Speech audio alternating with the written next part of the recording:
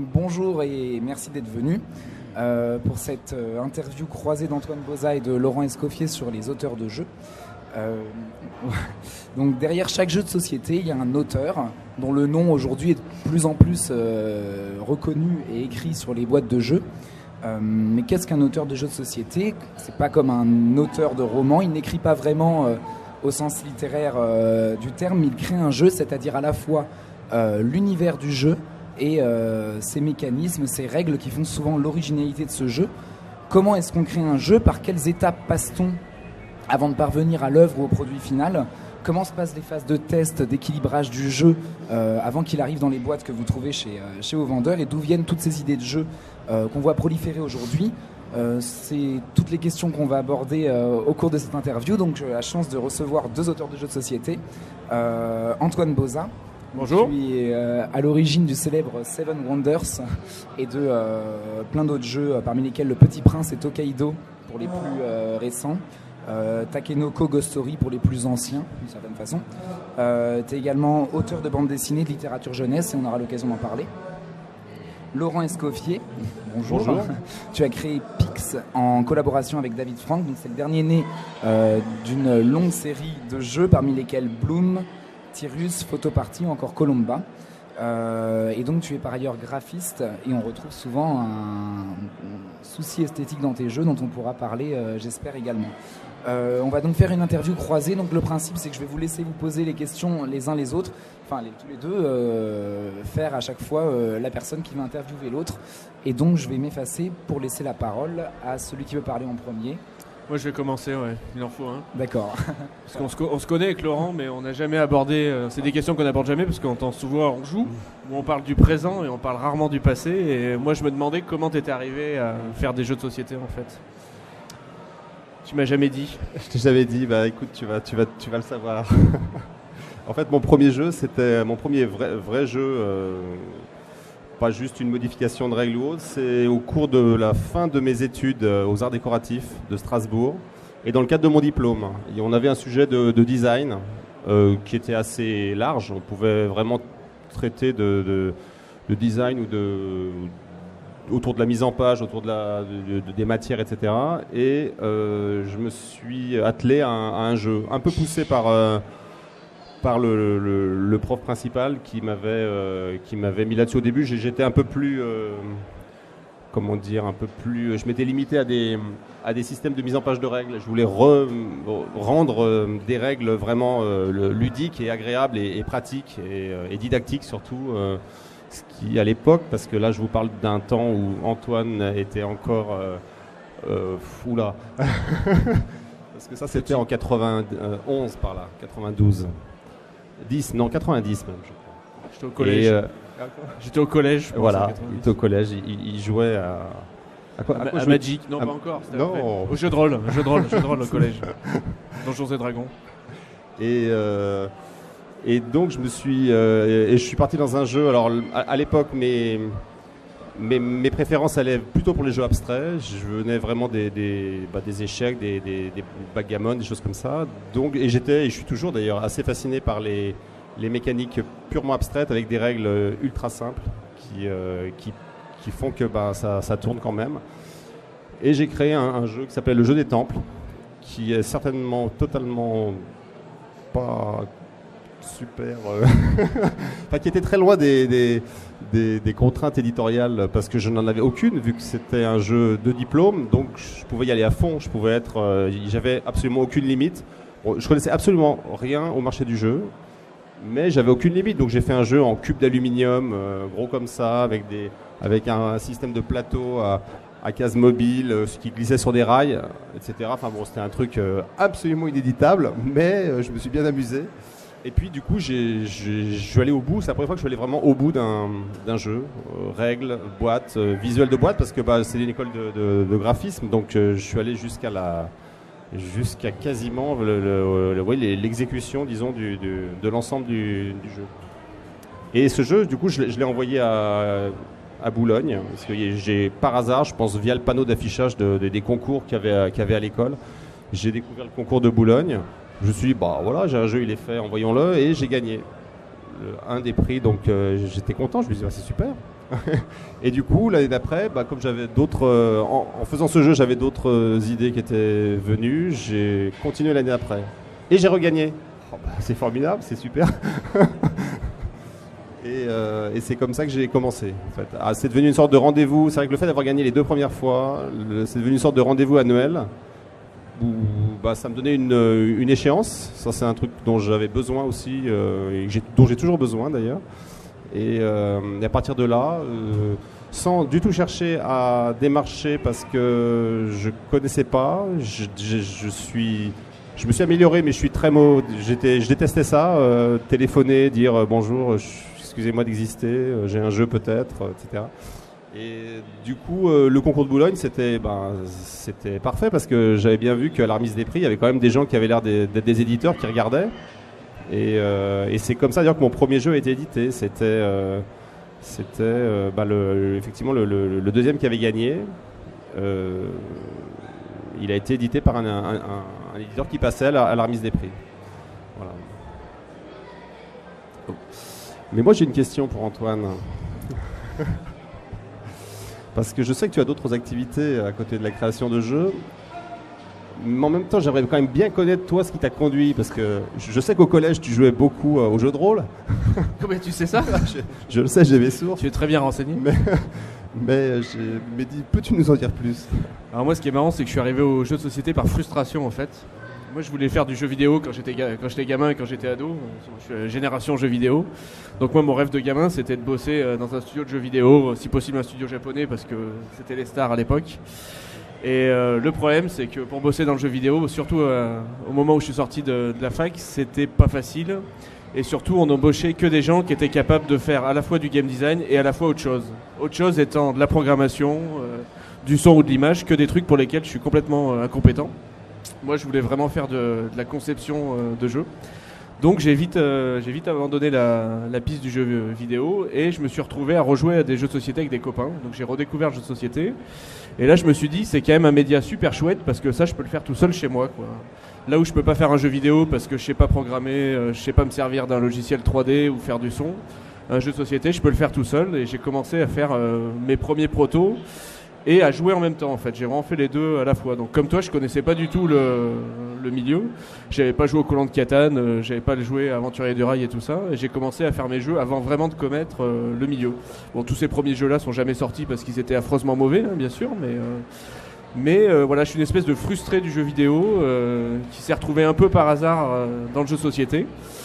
Et comme c'était un milieu sympa, avec une ambiance assez agréable, contrairement aux jeux vidéo où il y a beaucoup d'argent en jeu et du coup les relations entre les gens sont un peu, on va dire, amoindries par le business, le jeu de société c'est un média qui m'a tout de suite bien plu parce qu'on rencontre les gens, on joue, ça se passe bien et on travaille ensemble. Et du coup, depuis, je suis resté, voilà. Encore un peu, on verra. C'est à moi de poser une question. Si j'ai bien compris le but du jeu, on alterne. Je vais pas regarder la question là. Moi, je vais te demander en fait dans quelle mesure ta formation professionnelle est un atout où tu me diras un handicap quand tu fais un jeu ou quand tu travailles avec un éditeur. Parce que souvent, c'est là que ça peut coincer. Moi je suis graphiste, donc c'est vrai que je travaille facilement avec les logiciels de mise en page et de retouche photo, etc. Donc c'est sûr que pour faire le prototype, c'est très, très pratique. Et c'est vrai que la présentation, même si les éditeurs ont beau dire qu'ils voient l'idée, ils s'en foutent de la beauté du prototype, d'expérience, c'est toujours mieux quand il y a un prototype un peu sympa. Ça facilite la prise de contact et c'est toujours mieux perçu. Et même, je pense que ça influe, même inconsciemment, les éditeurs sur leur choix d'éditer ou pas. C'est vrai que quand je travaille et de mes prototypes, comme je pousse un peu la forme, je me pose déjà des questions d'ergonomie, souvent. C'est-à-dire que et ces questions d'ergonomie, elles sont pas sans influence sur le jeu. Parfois, il y a des effets retour sur le jeu en lui-même qui font que je pense toujours à comment rendre les informations les plus accessibles, les plus rapidement assimilées, etc. Donc, C'est utile. Après, j'ai pas énormément fait éditer de jeux, eu de jeux édités, mais si je peux, par rapport aux éditeurs, effectivement, les éditeurs n'ont pas toujours une exigence la même exigence que moi, ou pas les mêmes goûts tout simplement, ou pas les mêmes. Et c'est vrai que c'est pas toujours facile de pas mettre mon grain de sel. Voilà, j'ai une tendance quand même à emmerder les éditeurs. Je peux pas le dire. Mais, ou en tout cas à leur conseiller peut-être que ça peut être amélioré ou que ça peut être un peu différent. Voilà. Bon, sinon, non, ça reste, comme disait Antoine, ça reste un milieu quand même assez très sympathique et où l'argent n'a pas tout corrompu. Et c'est vrai qu'on se parle. Donc à partir du moment où on se parle, alors, parfois on peut avoir des désaccords, mais généralement, voilà, il n'y a pas de souci. Ai-je bien répondu à ta question, Antoine ? Tout à fait. Et oui, donc tu disais tout à l'heure, tu parlais de jeux vidéo, mais donc finalement tu es revenu un peu vers le jeu vidéo ou parce que j'ai cru comprendre que tu avais encore à faire avec le jeu vidéo.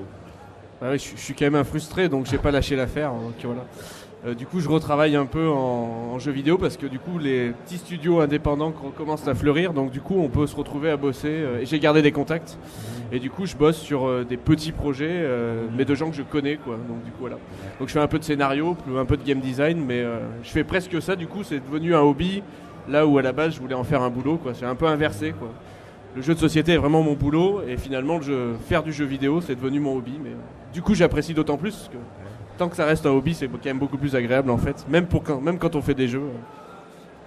Alors, moi, je précise juste à ce stade que Antoine est professionnel en fait du jeu. Moi, je suis, c'est un peu mon hobby. Voilà. C'est que je n'ai pas réussi à en faire un.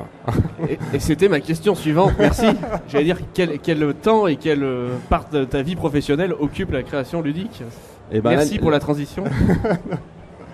Et la nuit surtout, en fait.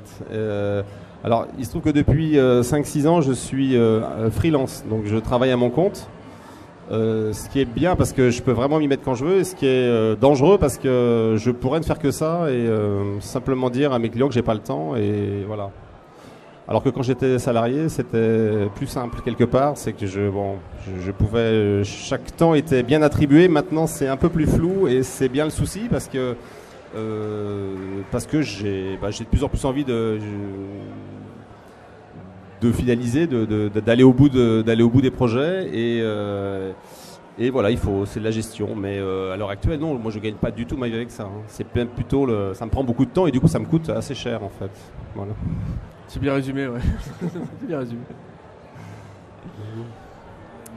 Alors, pour avancer un tout petit peu, on peut peut-être passer à des questions plus sur votre manière de créer des jeux à tous les deux, qui a peut-être des similitudes et aussi des différences. Donc,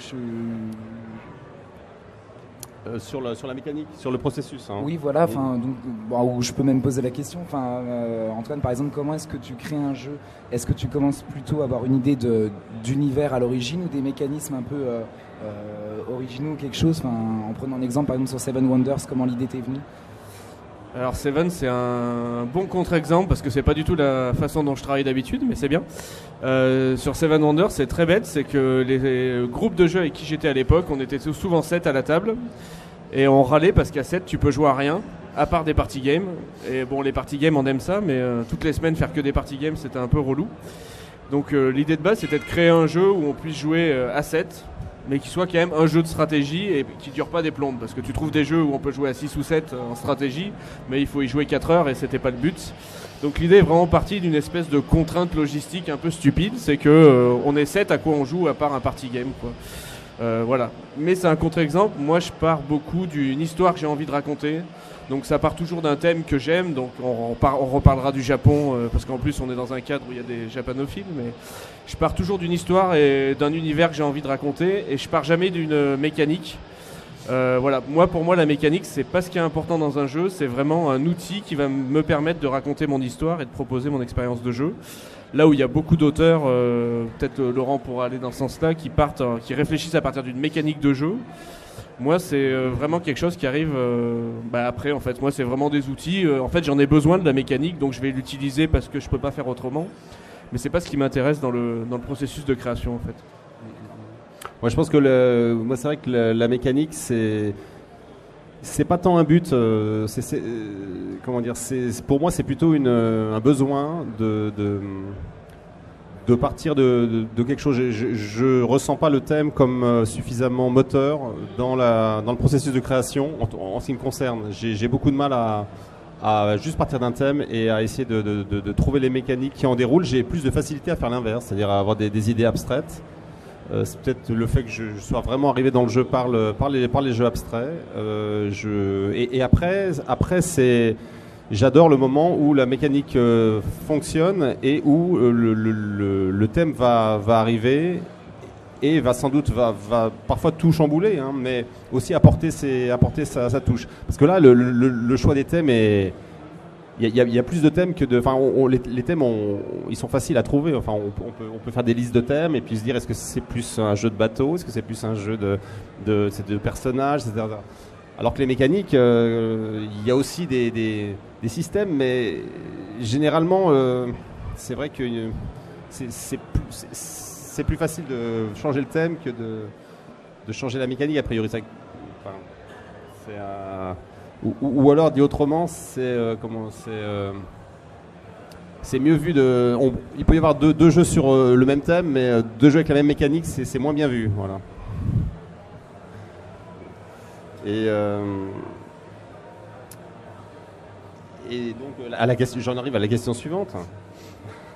C'est donc, parlons des étapes de création. Donc, toi, tu pars du thème. Le thème, et après, comment tu trouves le mécanisme ? Très bonne question. Tu m'as laissé la question la plus difficile à exprimer verbalement, c'est bien, je suis content. Quel est ton secret ? On va revenir à des choses un peu abstraites, c'est que je vais avoir beaucoup de mal à te l'expliquer. J'étais aussi un grand partisan de les idées viennent la nuit, ou les idées viennent sous la douche, ou les idées viennent quand tu les attends pas. Moi, j'ai souvent un thème qui me tourne dans la tête pendant très longtemps, jusqu'à ce que le déclic mécanique se fasse. Et généralement, il est généré par un truc qui peut être complètement stupide. Tu vois, sur Seven Wonders, c'était vraiment... faut trouver une mécanique où on peut jouer à 7. Bon, il faut qu'on puisse jouer tous en même temps, sinon ça va durer des plombes. Donc le draft est arrivé parce que c'était une méca qui se... Mais bon, c'est pas une méca qui a été inventée. Toi, dans Seven Wonders, il n'y a que des choses qui existent ailleurs. Le draft, c'était dans Magic avant. Les ressources, ça existait dans Catan. Donc moi, il y a vraiment une grosse période de maturation où je sais que je veux raconter mon histoire.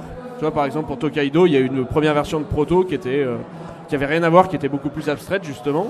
Et je savais que je voulais raconter cette histoire-là, mais la méca, je l'ai traînée pendant très longtemps et la version abstraite me plaisait pas parce qu'elle était beaucoup trop froide. Et il y a un jour où je me suis dit, il faut juste se balader sur le Tokaido et bouger des pions chacun à son tour sur une route, quoi, et ça doit marcher par rapport à ce que je veux raconter, quoi. Mais moi, généralement, il y a une très grande période de ce que j'appelle de maturation, où j'ai l'histoire que je veux raconter, mais j'ai pas trouvé le bon outil pour la raconter. Et ça peut durer, sur Seven ça a duré 2 ans, sur Tokaido un peu plus, voilà. J'ai des jeux sur lesquels ça va durer peut-être 3-4 ans, mais à partir du moment où tu as l'idée de méca, après ça peut aller très vite, quoi. Seven c'était 10 mois de développement, intensif, mais ça a été fait qu'en 10 mois, quoi. Alors qu'il y a eu 2 ans juste pour trouver la manière dont on allait pouvoir jouer à 7 rapidement autour d'une table, quoi. Sur l'idée, maintenant c'est vrai que j'essaye de jouer à un maximum de jeux du commerce pour voir ce qui existe, pour voir ce qui est à la mode, pour voir ce qui a été fait, pour essayer de ne pas retomber dans ce qui a été fait, mais quand même comprendre pourquoi les mechas qui plaisent énormément plaisent, parce que c'est quand même intéressant. Et j'ai une approche qui est beaucoup plus professionnelle, entre guillemets, qu'à mes débuts. Avant, je faisais juste les jeux que j'avais envie de faire, et puis tant mieux si un éditeur était intéressé. Maintenant, j'essaye un peu plus de faire ça de manière, on va dire, universitaire, dans le sens où je regarde vraiment tout ce qui a été fait, et j'essaye de comprendre pourquoi tel jeu plaît autant à tel type de public. Voilà. Par exemple, j'essaye de jouer régulièrement à Dominion, alors je déteste ce jeu, tu vois, mais bon, je me dis, il y a des millions de gens qui adorent Dominion. Donc ça fait partie de mon boulot de comprendre pourquoi les gens s'éclatent à Dominion. Donc je vais y jouer avec des gens qui adorent, même si moi j'aime pas. Et je pense que t'apprends beaucoup de choses en game design quand tu fais ça. Quand tu joues à des jeux que tu détestes avec des gens que tu adores, t'apprends plein de trucs, quoi. Bon, j'aime toujours pas Dominion, mais je comprends pourquoi les gens adorent. J'ai compris ça. Est-ce que tu gagnes? Oh non, alors moi je gagne jamais. Non, mais moi, ça... Jamais, non. Voilà. Je sais pas si c'était très clair, mais bon, sur l'idée elle-même, une fois de plus, j'ai pas la... L'idée, elle arrive, faut juste être patient en fait. Et faut faire autre chose en fait. Elle arrive toujours quand tu penses à autre chose, l'idée, moi je trouve. Oui, j'ai quand même une question que je me pose, c'est est-ce que le jeu commence pas vraiment à naître à partir du moment où vous faites un prototype? C'est au moment où ça devient quelque chose de matériel, quand ça se matérialise. Mais ça, tu pourras peut-être y répondre, Laurent, par rapport à le jeu du temple par exemple, où justement c'est le moment où tu as tes cubes d'aluminium, etc. C'est pas à ce moment-là que le jeu commence vraiment à exister, enfin qu'il y a plus d'idées qui arrivent? Tout dépend. Moi, c'est vrai que j'ai un besoin assez rapide de tripoter du carton et de découper des trucs. Donc, j'ai un peu du mal à travailler longtemps dans l'abstrait, même si je me suis amélioré. J'ai beaucoup écouté Bruno Catala, par exemple, qui est un maître en la matière, qui arrive à faire son jeu dans sa tête et qui une fois qu'il sort le cutter, il a son proto, il n'y a plus rien à régler pratiquement. Donc moi, j'ai besoin d'un moment de fixer les choses, même si je sais très bien que je vais sans doute faire qu'une demi-partie, même pas. Mais de temps en temps, j'ai besoin d'un peu de voir des choses imprimées. Et puis après, c'est quand même assez pénible de faire un proto et de se dire qu'il marche pas. Donc bon. C'est un peu des étapes nécessaires. On avance, mais à chaque fois que je fais un proto, quand même, je compte un peu sur lui, quoi, pour qu'il marche. Mais, voilà. Faut qu'il y mette du sien. Ouais. Ouais, ça sera sympa.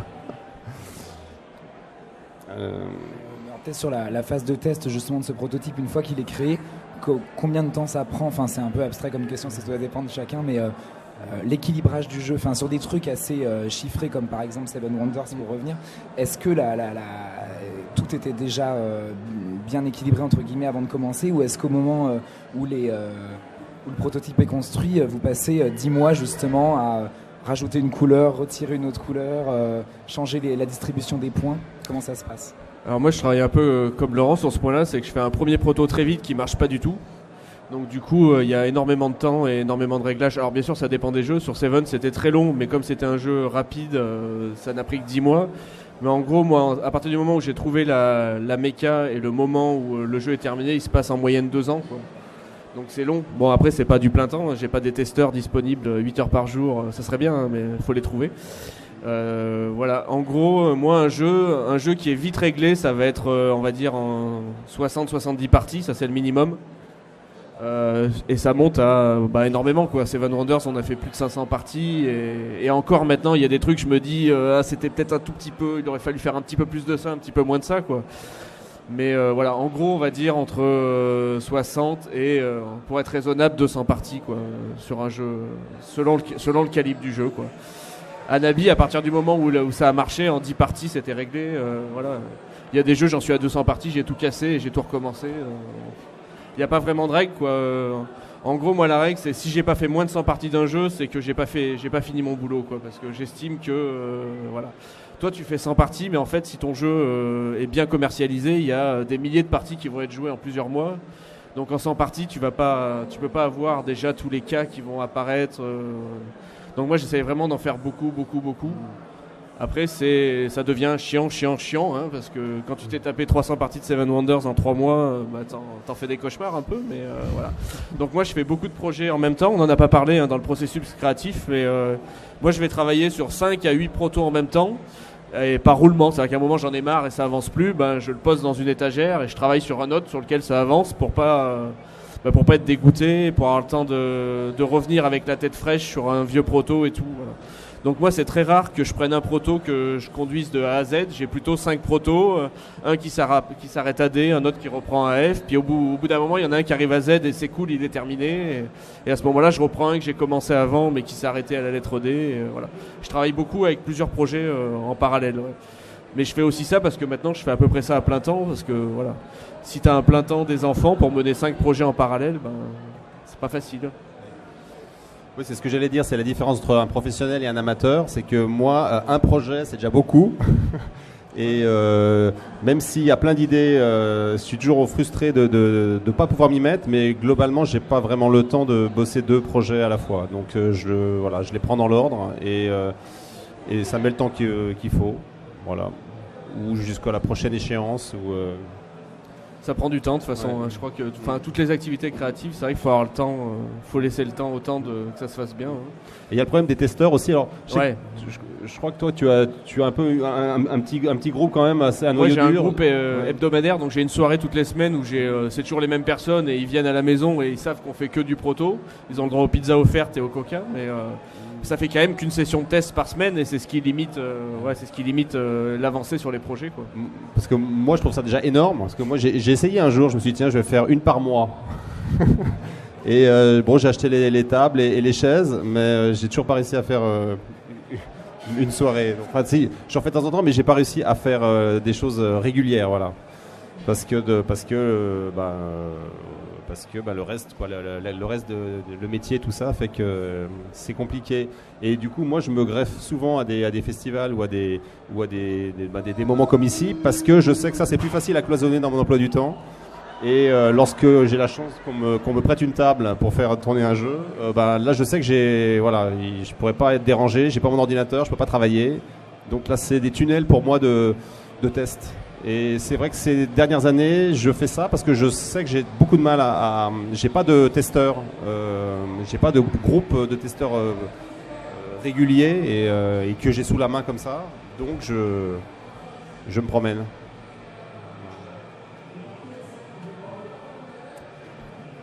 On a le temps, on enchaîne. Dis-nous, cadre-nous parce qu'on voit pas l'heure, nous. On peut enchaîner. Moi, je peux vous poser une question sur l'aspect collectif de la création.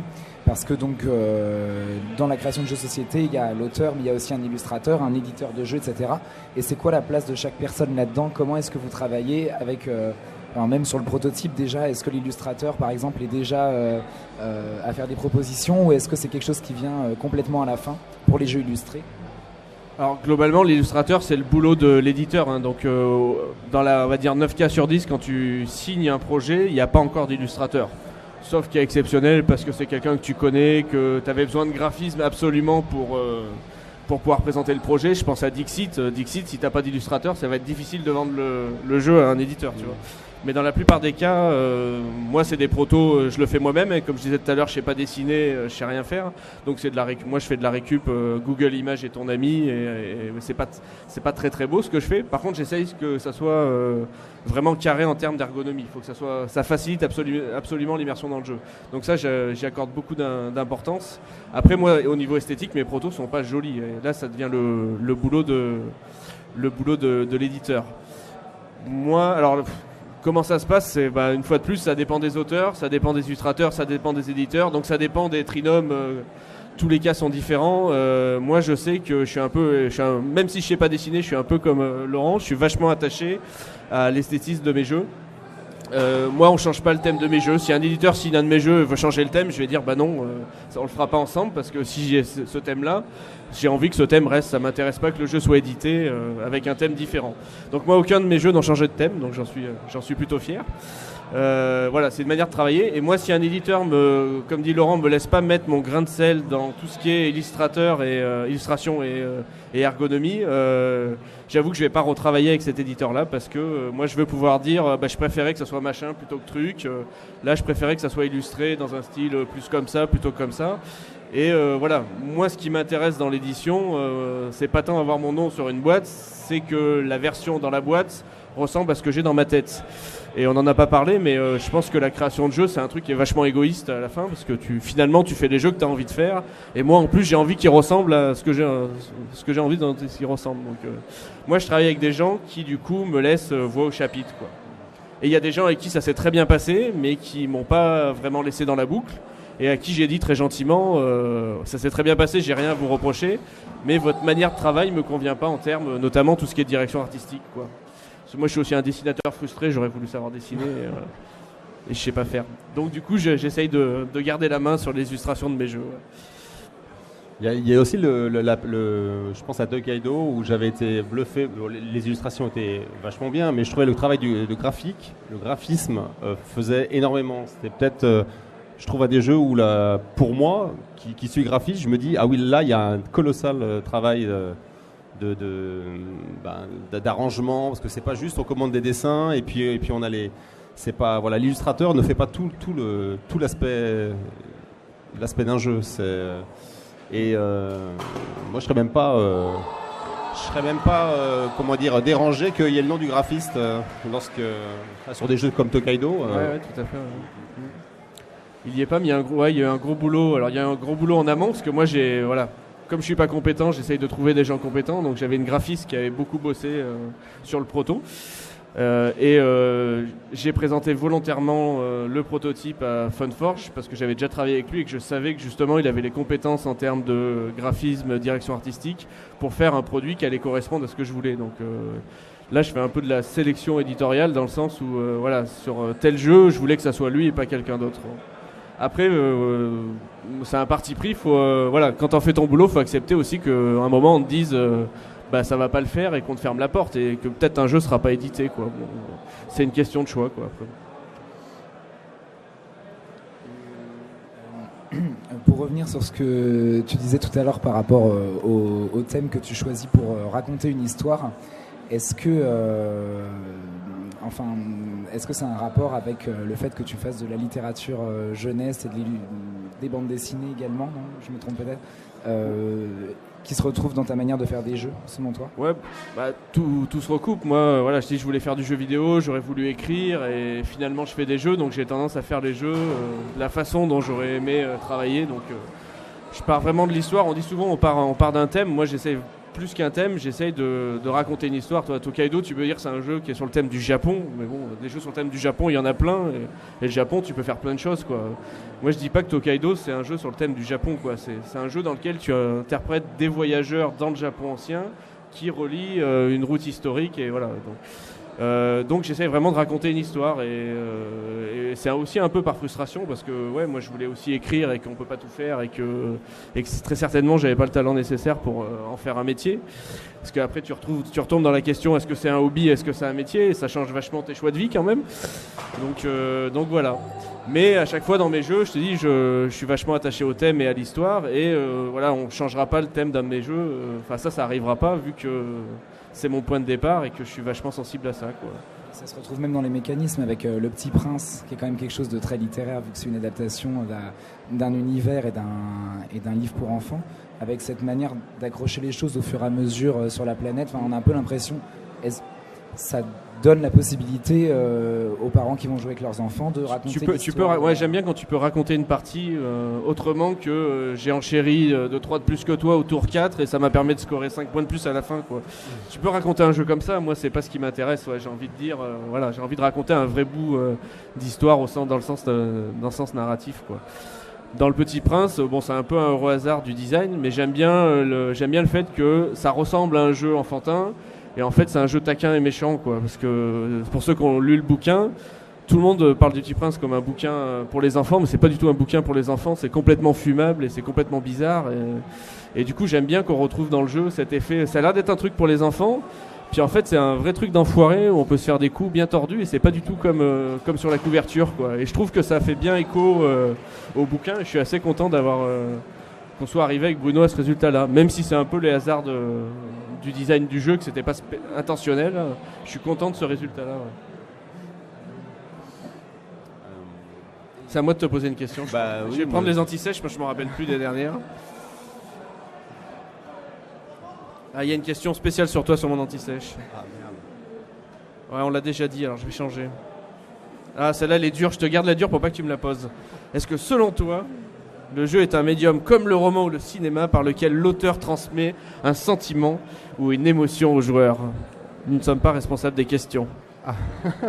Tac. Mais en fait, Antoine y a un peu répondu juste avant. Ouais, je suis sympa quand même. Non, mais quand il dit que, je trouve ça vachement bien, quand il dit qu'on raconte une partie et on peut se la raconter comme un moment vécu presque, ça c'est un peu c'est un peu le pied ultime, quoi, d'arriver à ça. Et c'est vrai qu'en y repensant, il y a pas tant de jeux qui font ça, quoi. Des histoires comme ça, des jeux comme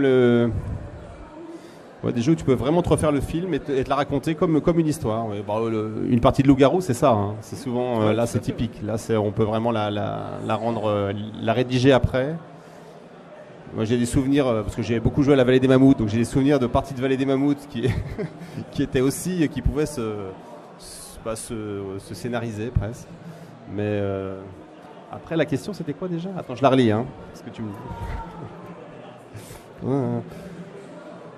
Bah, c'est comme le roman ou le cinéma, oui, il y a des points communs. Toi qui as fait des party games, ça transmet des émotions aux joueurs, les party games. Moi, oui, sauf que là, c'est les joueurs qui écrivent un peu, on peut dire. On peut dire que par rapport au cinéma, le film, il est qu'à moitié écrit, quoi. Il y a juste la trame et disons que si les joueurs, ils ressortent avec l'impression d'avoir fait une petite parenthèse spatio-temporelle et puis vécu un petit truc. C'est que le boulot c'est super, c'est que c'est mieux que le cinéma même, parce qu'ils ont été acteurs, ils ont joué dans leur film, quoi. Voilà. Après, bon. C'est un long débat. Oui, je sais pas si je suis assez costaud pour aller beaucoup plus loin. Il faudrait le Dr Mops. Pour revenir sur la thématique japonaise, japonisante, ou je sais pas comment on peut dire, qui revient dans tous tes jeux, est-ce que tu as, j'imagine du coup, un amour particulier pour ah oui, j'aimerais te donner une réponse super élaborée, mais non, une fois de plus, moi j'utilise des thèmes qui me plaisent, et voilà, je suis un amoureux du Japon depuis pas mon enfance, mais au moins mon adolescence, quoi. Donc voilà, c'est un pays que j'aime beaucoup. J'ai failli partir y vivre, ça s'est pas fait pour des raisons perso, mais voilà. Donc c'est un thème que j'ai beaucoup exploité, mais voilà, mais je vais changer là. J'ai changé. J'arrête un peu avec l'Asie, puis t'en as marre qu'on te pose la question. Ouais, j'ai trouvé autre chose, du coup voilà. Ça, normalement, il y en a plus trop qui sortent. Il y en a encore un, mais bon, il est pas prêt. Donc voilà, c'est ce que je disais tout à l'heure, et je pense que c'est bien résumé, c'est que c'est bêtement un processus que je trouve très égoïste en fait. Moi, si tout le monde vient me voir en me disant fais un jeu sur tel thème, ça serait chouette, je vais leur dire bah non, c'est un thème qui me plaît pas, je vais pas faire un jeu sur un thème qui me plaît pas, quoi. Donc on retombe dans un truc qui est vachement égoïste, c'est qu'on fait les jeux auxquels on a envie de jouer sur des thèmes qu'on apprécie, quoi. C'est la raison pour laquelle moi je fais très peu de jeux de commande. On n'a pas parlé de jeux de commande, je l'ai vu passer dans les questions. C'est que pour que je fasse un jeu de commande, ça veut dire qu'il faut qu'on me propose un thème sur lequel j'adhère vraiment. Mais même là, comme l'idée va pas venir de moi, je vais être moins, on va dire, moins créatif a priori sur une commande. Bon, ce qui veut pas dire que j'en fais pas. Laurent fait plus que moi, tu pourras peut-être en parler, mais voilà. Moi, une fois de plus, voilà, c'est bêtement, c'est juste égoïste, quoi. Je fais des jeux sur le Japon, pas parce que c'est à la mode, parce qu'on me l'a dit du coup, parce que le Japon est devenu vachement à la mode, donc j'ai entendu ouais, mais Boza il fait des jeux sur le Japon parce que c'est la mode avec les mangas, tout ça. Bah non, c'est même pas ça, c'est que voilà, moi je suis un amoureux du Japon bien avant que la France devienne le deuxième lecteur de manga au monde, quoi, ce qui est le cas maintenant, mais c'est juste que c'est mes affinités et que tu travailles dans les processus créatifs, tu travailles sur tes affinités, quoi. Moi juste en fait je fais pas du tout de commandes. C'est d'ailleurs il y a assez peu de commandes, je pense, dans le milieu du jeu de société, et moi je suis vraiment pas assez connu pour qu'on vienne me chercher. Il faut vraiment que je connaisse les éditeurs, et les éditeurs ont rarement des commandes. Commande, ça veut dire avoir une licence souvent, et donc avoir un jeu avoir un thème déjà à utiliser, et non, moi c'est un peu pareil, je fonctionne aussi à l'envie, sauf que voilà, généralement mes envies c'est plus abstrait à la base, et après je cherche à l'éditeur qui est le plus à même d'éditer le jeu, cela dit, je comprends mieux Antoine depuis que en ce moment je travaille encore sur un jeu de commande. Alors c'est mon tout premier, c'est la première fois que j'avais aucun mécanisme, je partais pas d'un mécanisme, et donc je comprends mieux la phase de maturation du thème, parce que j'ai dû me plonger dans le thème. Là c'était sur le thème de Corto Maltese, et j'ai vraiment dû m'y plonger, mais alors j'ai lu non seulement toutes les BD, mais j'ai lu 5 ou 6 bouquins sur l'auteur, et j'ai vraiment c'était nécessaire. Et c'est vrai que je travaille beaucoup sur commande dans mon métier, parce que je suis en tant que graphiste, mais je suis aussi directeur artistique. En fait, je travaille beaucoup pour la publicité, donc c'est des commandes très très fortes. des contraintes de temps très dures. Et c'est aussi une adrénaline que j'ai développée depuis 15-20 ans que je fais ce boulot. Donc je marche pas mal à ça. Je sais que j'arrive assez bien à savoir à quel moment faut que vraiment là maintenant faut que je m'y mette et il faut que j'aille à fond. Et c'est vrai que cette énergie qu'il y a dans les tout derniers moments, j'ai un peu besoin de ça pour aller. Je vois sur les concours notamment. Là, ça fait quelques années que j'ai arrêté de faire Boulogne, mais je l'ai fait beaucoup. Et souvent, c'était dans la dernière semaine que je donnais vraiment le coup de fouet qui est décisif, on va dire. Voilà. Mais bon, comme dans mon boulot, pour l'instant, j'ai toujours réussi à être prêt. C'est-à-dire à bien estimer le temps qu'il fallait pour être à la bourre, mais pas trop.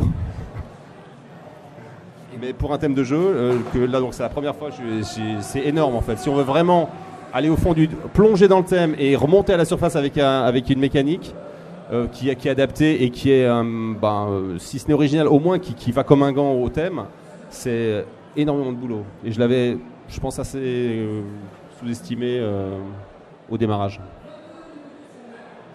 Et donc du coup, tes prochaines créations, Antoine, tu peux nous en parler ou... Oui, je peux. Moi, j'ai beaucoup moins de projets en ce moment pour cause de jeux vidéo et surtout de paternité, mais je travaille sur des extensions aussi, donc c'est le moment de faire des jeux, les auteurs. Ouais. Avant de faire des enfants, en fait, surtout ça. C'est surtout ça qu'il faut faire. Moi, j'ai fait dans le bon ordre, donc ça s'est bien passé, mais j'ai des copains qui essayent dans l'autre ordre, ça marche pas du tout. Moi, voilà, le problème, c'est les extensions, parce que j'aime pas faire des extensions, en fait, parce que je préfère faire un nouveau projet, c'est quand même beaucoup plus excitant. Sauf que des fois, faire des extensions, parce qu'il y a des jeux qui plaisent et qu'on nous les réclame, donc on les fait. Donc là, je travaille sur extension Seven Wonders, extension Tokaido. Il y a 7 de prévu, non, pour Seven Wonders. Ouais, alors ça, c'est une annonce. Je tiens à corriger, c'est une annonce éditoriale. L'auteur n'a jamais cautionné cette annonce éditoriale. Des 7 extensions annoncées. C'est un fantasme éditorial. C'est un beau concept. Ça bouclerait. Voilà. Donc ça c'est la 3e et ça sera déjà pas mal je pense, mais voilà. Donc je travaille sur des extensions, j'ai qu'un seul nouveau projet qui est un jeu de développement avec des ressources, parce que voilà, comme ça a bien marché la première fois, je me suis dit que ça valait le coup que j'en fasse un deuxième, donc j'essaye d'en faire un très différent de Seven Wonders. Voilà, et c'est un projet qui est en cours et qui est pas du tout à Boulogne, parce que moi par contre les deadlines ça me fait fuir. Même si j'ai fait Boulogne plusieurs fois d'ailleurs, avec Tokaido notamment, mais parce que le jeu était fini avant que l'annonce commence, parce que la deadline moi je peux pas. Voilà, donc j'ai beaucoup moins de projets jeux de société cette année pour cause de paternité et de jeux vidéo, mais voilà, je reviendrai plus tard. Il y a un moment aussi où moi j'ai fait vraiment que ça à plein temps pendant plusieurs années, puis c'est comme tout, quand ça devient un job en fait, au bout d'un moment ça t'amuse beaucoup moins que quand c'était un hobby. Donc il y a vraiment un moment où j'ai saturé, là, quand j'ai fait du Seven, des extensions, jouer à Seven 3 fois par semaine et tout. Les gens te disent ouais c'est vachement bien, c'est ça qui te fait vivre. Je dis ouais, je dis pas le contraire, mais ça n'empêche pas qu'au bout d'un moment c'est un taf, et au bout d'un moment, comme la plupart de tous les boulots, ça devient moins motivant et le matin t'as moins envie de t'y mettre. Et du coup tu commences à faire autre chose. Donc j'ai recommencé à faire du jeu vidéo, j'ai recommencé à jouer à Magic, grave erreur. J'ai recommencé, j'étais sous Mac, j'ai acheté un PC, donc j'ai installé Steam pour ceux qui utilisent Steam, donc grave erreur aussi, mais ça fait du bien parce qu'au niveau créativité, du coup, ton cerveau tourne plus vraiment de la même façon, et je pense que c'est bien de faire des breaks. Je parlais de maturation, c'est bien aussi de faire des breaks. Toujours faire la même chose, au bout d'un moment tu tournes en rond, quoi. Donc tu reviens avec des idées qui sont peut-être pas si fraîches que ça et tout. Voilà. Donc moins de projets JDS pour résumer cette année. Donc si vous voulez encore vous poser une question à l'un ou à l'autre, je vous en prie. Sinon on peut peut-être écouter d'éventuelles questions du public. S'il y a des questions, on peut. Si on les entend, je sais pas si on va vous entendre. On a un micro. S'il y a un micro public. Micro pour le public. Le jeune homme au rang du milieu. Ah, on t'entend pas. Non, on t'entend pas. Moi j'avais juste une question par rapport à Laurent, par rapport au Mexicain. Comment t'as commencé à faire le Mexicain, comment la jeunesse du Mexicain, quoi, voilà. Mais là tu parles d'un jeu qui est même pas à l'état de proto presque.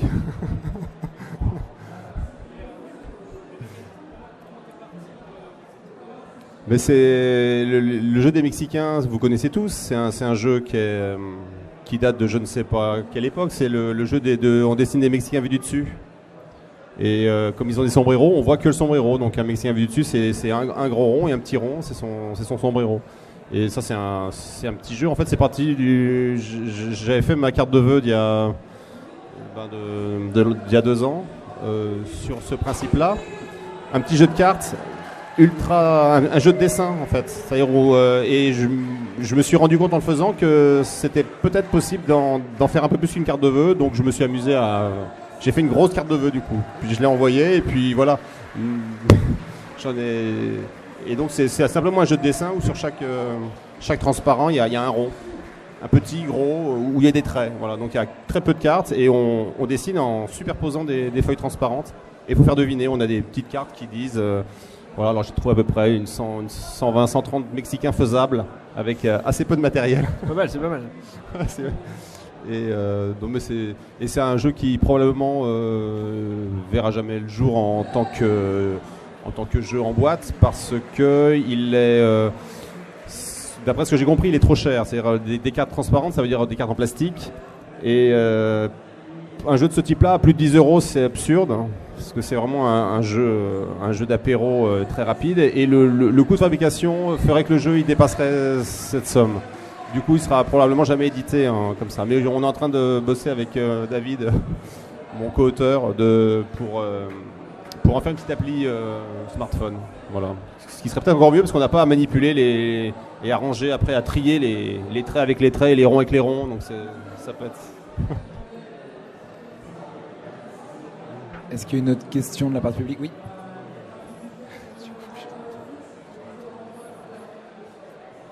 Donc, une question pour Antoine.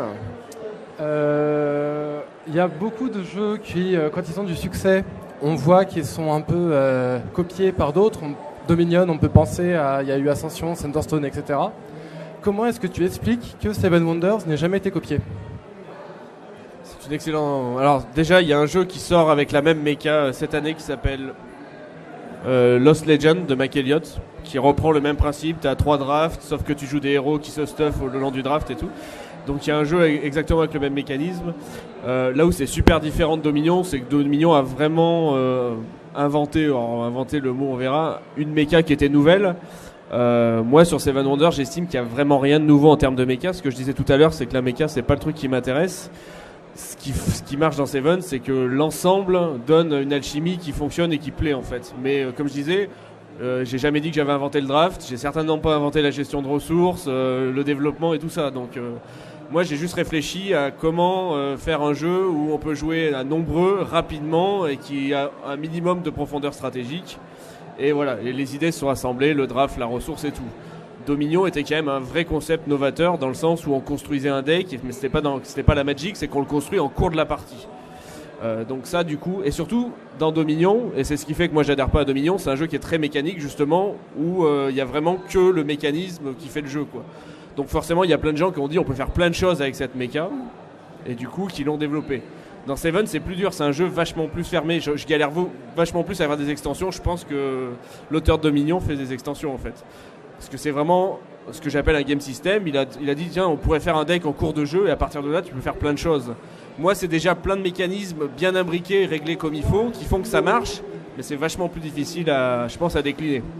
Mais c'est faisable, je te dis j'attends de jouer à un jeu de Mike Elliott qui doit sortir cette année, voilà, et c'est assumé, il y a les 3 âges dans les 2 sens, on draft au fur et à mesure, on pose exactement pareil, il y a plusieurs couleurs, sauf qu'on est des héros et qu'on essaye de récupérer de l'équipement et qu'on score à la fin pareil, mais voilà.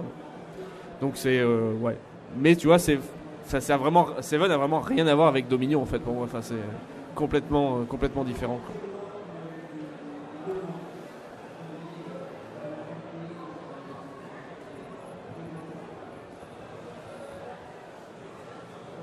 Bonjour. Donc moi j'ai une question en fait pour tous les deux par rapport à la difficulté de la reconnaissance du statut de l'auteur de jeu en France. Très bonne question. Un petit avis sur le sujet, sachant que pour Antoine la situation est particulière parce que comme il était déjà auteur, écrivain, le problème s'est posé un peu moins avec difficulté pour lui. Ah, je reformule la question. Todd nous parlait du statut et de la reconnaissance de l'auteur de jeu en tant que métier et en tant que professionnel en France. Pour faire simple, ça n'existe pas, hein. On peut pas être auteur de jeu, c'est assez compliqué.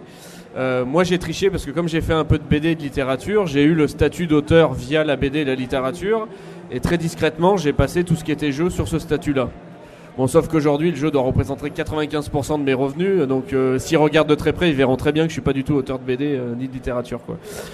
Voilà, donc faut savoir qu'il y a un gros souci là-dessus, qui est pas tant la reconnaissance du public, parce que finalement les gens qui s'intéressent au jeu savent qu'il y a des auteurs derrière et suivent certains auteurs et ainsi de suite. Par contre au niveau institutionnel, ouais, il y a un énorme taf à faire. Et moi ça, j'avoue que ça me fait un peu grincer des dents quand je vois qu'à l'AGSA il y a plein de métiers comme photographe, tourneur, pour lesquels on donne des statuts d'auteur et pas pour les auteurs de jeux de société, mais bon voilà. Après j'y connais pas grand chose ni en législation ni en politique, voilà. Moi j'essaye de faire ce que je peux quand il y a des pour faire avancer le schmilblick. Donc les Allemands se battent pour essayer de faire avancer le statut, donc moi j'essaye de les aider dans ces cas-là, donc à la mesure de mes moyens, je traduis en français les pétitions et les articles, quoi. Voilà, faut savoir qu'on peut pas être auteur de jeu à plein temps et déclarer, enfin je veux dire si on veut faire les choses bien, si tu veux ne rien déclarer aux impôts, au fisc, ça c'est toujours possible, j'en connais, je citerai pas de nom, parce que c'est enregistré. Mais si tu veux faire les choses bien et tout déclarer comme il faut, c'est un vrai casse-tête et t'es un peu obligé de tricher pour être dans la loi en fait, ce qui est un peu stupide, mais voilà.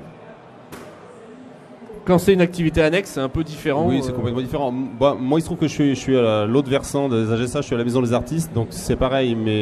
Alors moi, mes maigres revenus sont tout à fait symboliques et donc ils s'intègrent sans souci au reste, voilà. Mais je sais que c'est un souci. J'ai pas vraiment eu le temps moi de me. Désolé. Mais je soutiens la cause, hein, évidemment. Parce qu'un jour, ça va marcher. Question beaucoup plus générale. Qu'est-ce que vous répondriez à quelqu'un qui vous dit « je n'aime pas jouer » ? Qu'est-ce qu'on répondrait à quelqu'un qui nous dit qu'il aime pas jouer? Ça arrive, hein, moi j'en croise de temps en temps. Truc bateau, je leur dis en général qu'ils ont trouvé plein de jeux auxquels ils aimaient pas jouer, mais ça veut pas dire qu'il n'y a pas un jeu qui voilà. Et en général, j'ai eu des gens pas du tout joueurs que je sentais démanger de se mettre à jouer aussi, hein. Donc j'ai vu. Mais je force personne, moi, en général. Je lui dis, c'est pas grave. Mais regarde ça quand même, observe là ce qui se passe, cette table, puis tu me diras. Ouais, moi j'ai tendance à penser, mais c'est pareil, c'est plus une conviction, que c'est juste des gens qui n'ont pas trouvé un jeu qu'ils appréciaient et que tout le monde, tu dois arriver à faire jouer à peu près tout le monde. Après il y a des gens qui mettent vraiment de la mauvaise volonté. Et là moi je suis comme Laurent, il n'y a pas que le jeu dans la vie, quoi. S'il veut pas jouer, il veut pas jouer, quoi. Mais si c'est quelqu'un, par exemple dans mes amis qui aime pas du tout, c'est clair que j'en ferai un challenge personnel d'arriver à un truc où il s'amuse, quoi. Voilà. Si c'est quelqu'un que je connais, que je fréquente régulièrement, voilà. Moi, il se trouve que tous les gens que je fréquente sont des joueurs et c'est pas un hasard, c'est que la plupart des bons amis que j'ai aujourd'hui, c'est des gens que j'ai rencontrés à des tables de jeu et c'est pas un hasard non plus, quoi. Donc du coup, il n'y a pas vraiment de réticent, voilà. Si c'est quelqu'un que je connais, c'est clair que je vais en faire un challenge, je vais dire je vais trouver un jeu où tu vas rigoler, où tu vas réfléchir, je suis sûr qu'on va trouver, quoi. Après, voilà, s'il y a des gens qui aiment pas jouer, il y a des gens qui aiment pas le cinéma, des gens qui lisent pas. Ils sont pas plus malheureux que les autres, je pense. Moi, j'ai une question pour Laurent. Tu dis que en 1990, dans l'école d'art où tu étais à ce moment-là, ça avait été difficile de faire ton projet de jeu, enfin de le créer, d'être reconnu pour ça. Est-ce qu'aujourd'hui, dans les écoles d'art ou de design, il y a plus de reconnaissance pour les jeux? Je sais qu'il y a une école qui s'appelle la HEAD, ou HEAD à Genève, de design, et qui fait un séminaire sur les jeux tous les ans, où les gens qui ne sont pas forcément des créateurs de jeux créent des jeux, ils mettent leurs vidéos sur Internet, etc. Enfin, je ne sais pas si tu es encore en lien avec les écoles de design et d'art comme les Arts Déco, tout ça. Mais j'ai dit que j'en avais bavé, non? Non, mais que c'était original, disons. Ah oui, il n'y en avait pas beaucoup, mais c'était tout à fait bien accueilli, hein. D'ailleurs, je sais qu'il y a eu d'autres projets après de jeux. Par rapport à une formation, tu veux dire Oui, ou même que les gens s'intéressent plus à ça qu'à l'époque. Enfin, là, je sais que je suis plus du tout en lien avec les écoles. Je crois qu'Antoine est un peu plus tu donnes quelques cours, non? Mais c'est dans le jeu vidéo, toi seulement. C'est des écoles de jeux vidéo, ouais. Mais du coup, là, un des tributs du jeu vidéo, c'est que c'est quand même le jeu vidéo qui a fait entrer le loisir, le jeu, on va dire, dans l'activité de adulte, hein, là où avant le jeu c'était quand même, en tout cas dans notre culture à nous, c'était quand même réservé aux enfants. On doit quand même au jeu vidéo qui est devenu une vraie industrie avec quand même un statut culturel à peu près revenu. Et du coup, je pense que ça a grandement aidé le jeu de société à devenir un loisir pour tous. Et pas les jeux c'est pour les enfants et après on joue plus quand on est adulte, quoi. Et ça, je pense qu'on le doit quand même aux jeux vidéo, quoi.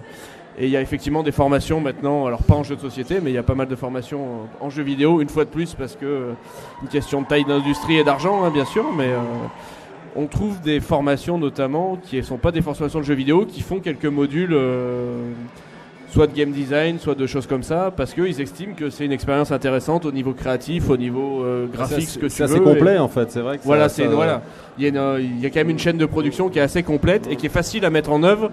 Ce que je disais tout à l'heure, on peut le faire tout seul dans son coin, il n'y a pas besoin de maîtriser des logiciels, de savoir dessiner et tout. Donc il y a j'exagère un peu, il y a des formations qui utilisent le jeu de société ou le jeu vidéo sur des petits projets, parce que du coup c'est une super expérience professionnelle qu'on peut mener facilement en petits groupes de A à Z et qui est très, très enrichissante, quoi. À moindre frais, parce que c'est toujours une question de frais à la fin, quoi. Oui. J'ai une petite question concernant les droits d'auteur. En fait, je voulais savoir comment vous étiez protégé. Déjà, si vous l'étiez, et si oui, est-ce que c'était vous? Est-ce que c'était après les éditeurs? Et je pense à ça sur 2 points. Les testeurs dont vous avez parlé tout à l'heure. Je pense qu'il y a plein de gens qui devraient être ravis de tester tout le temps. Donc c'est que vous cherchez à protéger quelque chose, je suppose, peut-être. Et sur les autres jeux, typiquement, il y a une autre mécanique qui sort sur le principe de Seven Wonders. Donc comment ça, c'est protégé? Voilà. Alors c'est pas protégé, hein. Pour faire simple, en gros, tu peux pas déposer une mécanique de jeu, en fait. Ça n'existe pas. Tout comme de toute façon, chez nous, il n'y a pas de statut d'auteur de jeu, donc on risque pas de protéger leur travail, quoi. Donc là, très clairement, tu peux rien faire en termes à l'échelle de l'auteur. Après, ce qu'on disait, c'est un petit milieu, donc il n'y a pas trop de soucis. Il y en a, hein, il n'y a pas trop de soucis de plagiat dans la mesure où tout le monde se connaît. Donc, et comme c'est quand même des milieux de passionnés, si tu fais une connerie, t'es vite mis au pilori devant la communauté. Donc je pense que c'est une des raisons pour lesquelles il n'y a pas trop de soucis. Après, moi, j'ai jamais rien protégé légalement et je le ferai jamais parce que de toute façon, tu pourrais pas le faire de manière, on va dire, administrative. Et voilà, moi je pars d'une relation de confiance, j'ai toujours présenté des prototypes à des éditeurs, j'ai jamais craint que, voilà, c'est un petit milieu donc les gens, c'est très rare. Alors après il y a de la contrefaçon, c'est autre chose. Moi tu trouves Seven Wonders en chinois et on n'a jamais donné l'accord, bien sûr, quoi. Bon, parce que au niveau culturel c'est très différent sur le droit d'auteur là-bas, mais voilà. Et là une fois de plus les éditeurs font pas grand-chose parce que la Chine c'est loin, c'est pas la même culture, donc ils déposent une plainte de principe auprès de l'INSEE ou je sais plus quel organisme pour dire ben voilà, on a la preuve qu'il y a contrefaçon de notre produit là-bas. Les gens font c'est d'accord, c'est bien noté et généralement ça s'arrête là, quoi. Alors sur la contrefaçon, après sur le on va dire le droit d'auteur sur les idées, c'est différent. C'est juste pas voilà. Tant qu'on n'est pas reconnu comme le statut de l'écrivain ou ce que tu veux, de toute façon, il y aura rien, voilà. Très franchement, on se prend pas trop le chou avec ça. Y a plein de jeunes auteurs qui arrivent, hein, on va me piquer mon idée, on va me piquer mes idées. Moi, j'ai vraiment entendu très peu de cas où ça s'est vraiment avéré, quoi. Oui, moi, je pense que la meilleure solution, c'est d'en parler vite à beaucoup de gens. Enfin, quand on pense avoir une idée nouvelle et qui nous paraît vraiment originale et dont on a peur qu'on a peur de se faire piquer, il faut balancer l'info, il faut participer à des concours, voilà, ça fait des. Moi je dis Boulogne c'est mieux qu'une enveloppe solo, hein. Ça donne l'antériorité, ouais. Est-ce qu'il y a encore une question dans la salle ou c'est bon? Très bien, je vous remercie beaucoup tous les deux et puis le public aussi. Voilà, merci. Merci beaucoup.